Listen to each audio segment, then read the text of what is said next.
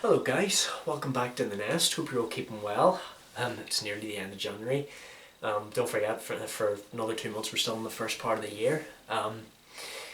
So yeah, tonight's actually a very special video because this channel has just reached 200 subscribers. I know it's not a lot, but it's a milestone, guys. And you guys have been supporting this channel for like the past year now. I know this year I'm finally starting to take it more seriously. But I want to thank you guys by sending this video. I've decided to do something special for it now. I will say this is something I have to do on my phone. I'll just make sure it's on sound so no one's calling me or anything. But the special thing I'm doing for this video is the breakdown of my top 10 favourite scenes in the movies that I've reviewed so far. Now I will say it is labelled 1, 2, 3, 4, 5, 6, but I'm gonna do. It's actually meant to be in 10, but see on the notes, like it doesn't let you do 10, 9, 8. It can only be like 1, 2, 3, 4. Oh, you can never trust technology nowadays. Well, unless you're doing YouTube for this. This camera's probably the only trustworthy thing I've got. You just charge it up. Anyway, so number 10. This is one of my favourite moments. Is probably meeting the Cowardly Lion in The Wizard of Oz. Now, I think this is probably because it's my favourite part in The Wizard of Oz. It's funny, it's witty, it introduces the Cowardly Lion, it's a fake character you meet at the beginning, put him up. He's not really tough. And then as soon as Dorothy slaps him, he just snaps out of character and then he shows who he truly is. I have no courage at all. I even scare myself. And so that's his journey towards becoming a brave big cat. Favourite scene number 9, from Dr. No, 1962, the encounter with Honey Rider. I gotta say, this is such an iconic scene, seeing the beautiful Honey Rider in her gold bikini and out on the beach hunting for seashells. And she just gets dragged into James Bond's mission, trying to stop Dr. No from ruining space. Yeah, I did really enjoy this scene. I don't want to get too into it just in case I get in trouble, but anyway. Number 8, the Evil Queen's transformation into a hag.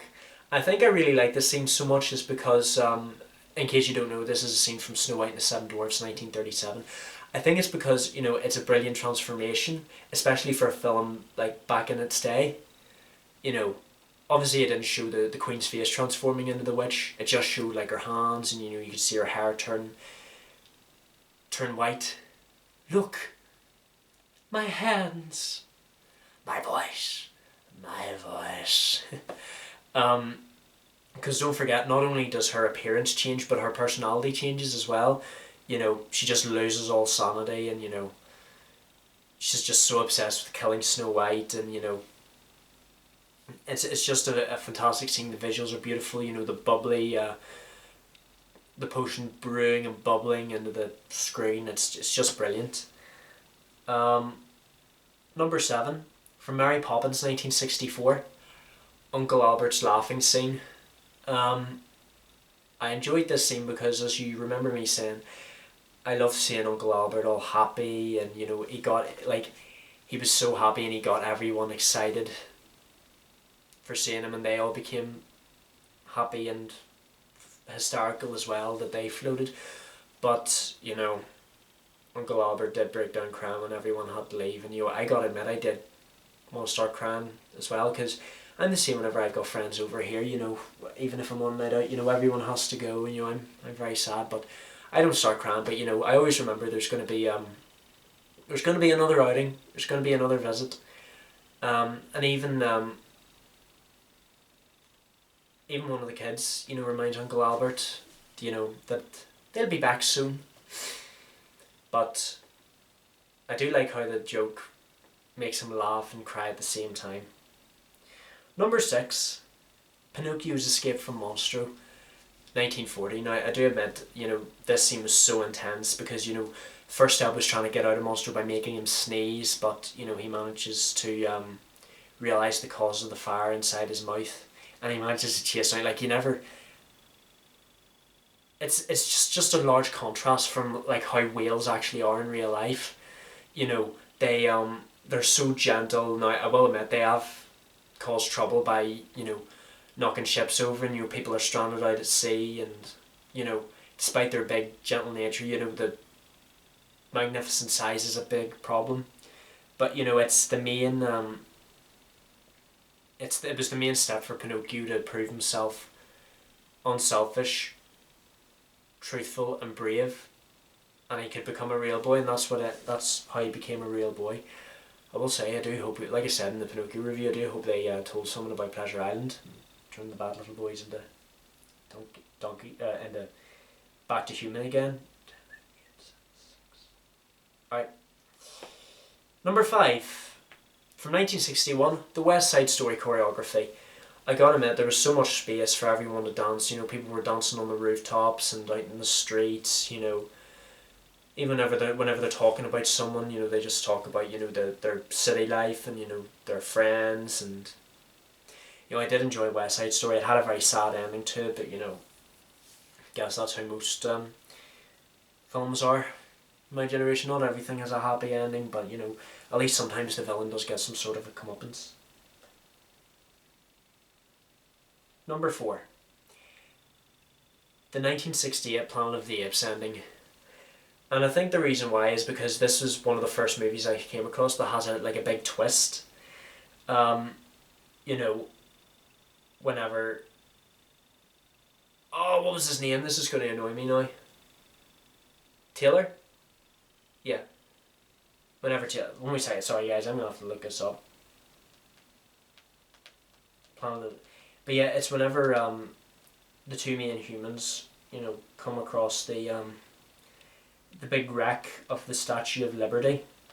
And yes, I was right, Taylor. And it's whenever Taylor and Nova discovered that the Statue of Liberty is in ruins, and it's this moment where they realise that Taylor realises that he's been on Earth this whole time, and he's been home, and he's just so annoyed at humans for destroying mankind, and they're the ones that brought the apes to the stage of evolution that they are at in this movie. And Taylor is just at first he's relieved he's home, but at the same time he's also so annoyed that his home is now in tatters. You know what I mean? You maniac! You blew it up! God damn you! God damn you all to hell! I can't wait to see what the sequels have. Scene number 3, the Cruella de Vil chase from 101 Dalmatians, 1961.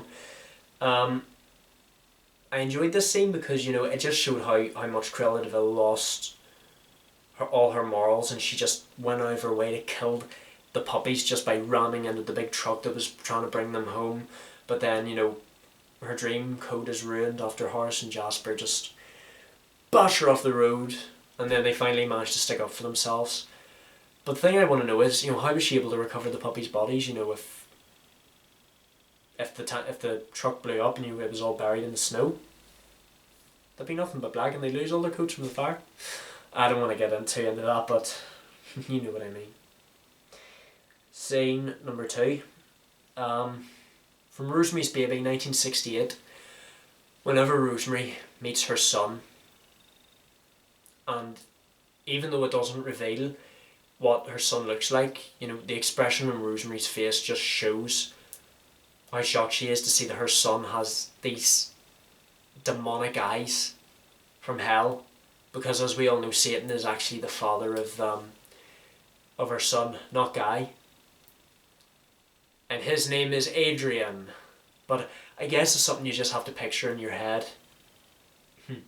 Just imagine what his hands look like. I remember they mentioned that his hands are quite inhuman. Say that they'd be like tiny wee claws.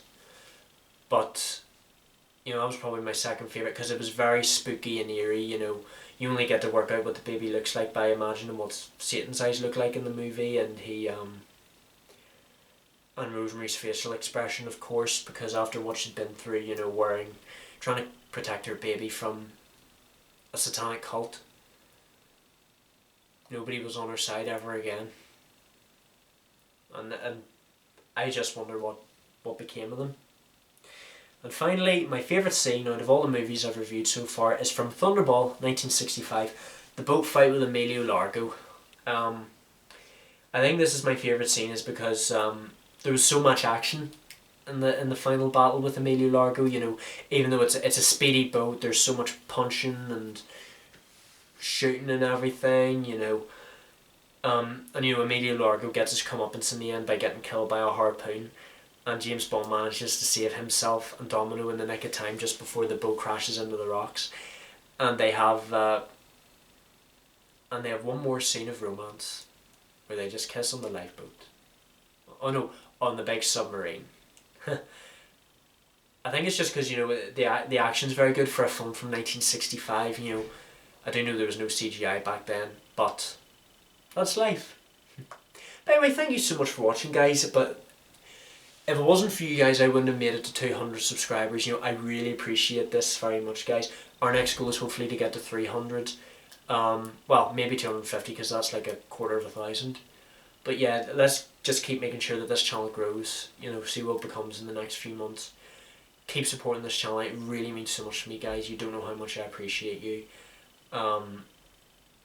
You're such an amazing group who comes over to the nest every now and again when you see that I've uploaded a new video. Don't forget to turn your notifications on. Keep supporting the channel. Tell your friends. Comment what movie you'd like to see next. The next review is probably going to be on Wednesday night. And I shall see you guys in the next video. Don't forget to leave a like, comment what you would like to see next, subscribe. I shall see you all in the next video, and thank you so much for 200 subscribers.